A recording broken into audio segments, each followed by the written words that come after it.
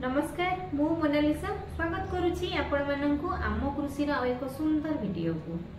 आज आम एथिरे कथा हबा धान रोइबार 25 रु 30 दिन भितरे आपण केउ कंपनी रो पैडी ग्रोथ प्रमोटर आपण को धान जमी रे प्रयोग करूछंती कमेंट रे कहंतु। पैडी ग्रोथ प्रमोटर कोन काम रहिछि हम धान चाष रे से विषय रे कथा हबा। जदि आपण माने आम कृषि चैनल रे नुवा दयाकोरी आम कृषि को सब्सक्राइब करंतु वीडियोटी को शेष जाए देखंतु। बाजार रे साधारणतः विभिन्न प्रकार सीवीड फर्टिलाइजर बा सामुद्रिक शैवाल विभिन्न प्रकार कंपनी रे मिलुछि, किंतु आज हम कथा हम सागरिका एवं बायोविटा विषय रे। सागरिका एवं बायोविटा दुईटा जांक अलग कंपनी रो।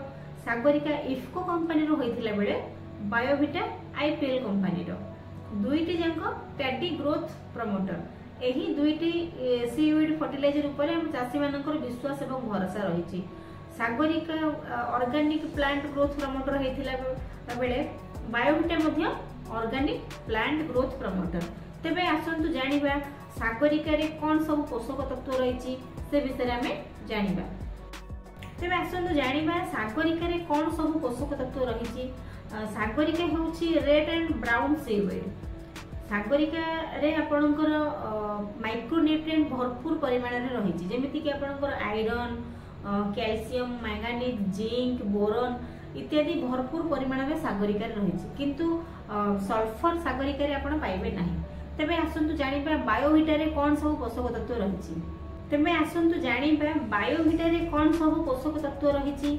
बायोविटा रे आपणकर नाइट्रोजन, पोटास, कैल्शियम, मैग्नीशियम खूब कम परिमाण रे रहिथिले बेले माइक्रोन्यूट्रिएंट भरपूर परिमाण रे रहिछि। माइक्रोन्यूट्रिएंट जेमिति कि आपणकर iron, zinc, boron, calcium, magnesium आदि भरपूर मात्रा रे बायोविटा रे आपण पाइबे। तबे आसंतु जानिबा बायोविटा एवं सागरिका एही दुईटीर कार्य कोन। ए दुईटीर धान हम जेते धान चाष करिथाउ ए दुईटी के हम कोन पई पकेथाउ आज से विषय रे कथा होबा। सागरिका एवं बायोविटा एही दुईटी जाक सीवीड रो काम पाखापाखी सेम। एमानकर काम हेउछि आज्ञा गछर वृद्धि एवं विकास रे सहाय्य करिबा। धान गछरे अधिक पिल आसिया पई मध्ये एमाने सहाय्य करथांती। माटी रे थिबा माइक्रोन्यूट्रिएंट को गछ पाखर नै कि पहुंचिया पई मध्ये एमाने सहाय्य करथांती एवं क्लोरोफिल रो मात्रा बढ़ाइबारे मध्ये एमाने सहाय्य करथांती। प्रथमे हमकु जानिया पई पड़िबो आमे एही प्लांट ग्रोथ प्रमोटर रो प्रयोग करिबार सठिक समय एवं सठिक मात्रा। जदि आपण ग्रानुअल फॉर्म रे पकोचंती सागरिका और बायोविटा सीवीड को ताहेले आपण एकर पिछा 8 रु 10 केजी हिसाब रे पकई परिबे। आपण चाहिले दुई थरो लेखा 4 केजी हिसाब रे पकई परिबे। थरे करे आपण 10 केजी पकईबेनी कि 8 केजी पकईबेनी, दुई थरो लेखा 4 केजी आपण स्प्रे पकई पारे। आपन चाष जमी एहार दानादार फॉर्म मध्ये अछि, लिक्विड फॉर्म मध्ये अछि।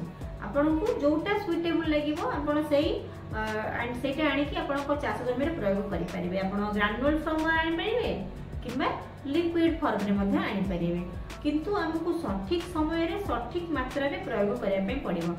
दुईटी जाक आके होछंती पैडी प्लांट ग्रोथ प्रमोटर। एही दुईटी जाक भितर आपन जे कोनसी गोटे पकेइले मध्ये आपणकर धानर प्रोडक्शन मात्रा वृद्धि पाइबो एवं आपण जने सफल धान चाषी हेई परिबे। आमे किंतु हमको सठिक समय रे सठिक मात्रा रे सीवीड फर्टिलाइजर को पकेइ पई पड़िबो। जदि आपण माननकु एही सीवीड फर्टिलाइजर ऊपर वीडियोटी भलो लागि थाए ताहेले आपण माने आम कृषि चैनल को सब्सक्राइब करिवे, वीडियोटी को लाइक करिवे। रहिली नमस्कार मु मोनालिसा। देखा हबो आपण माननक सहित आ एक सुंदर वीडियो रे।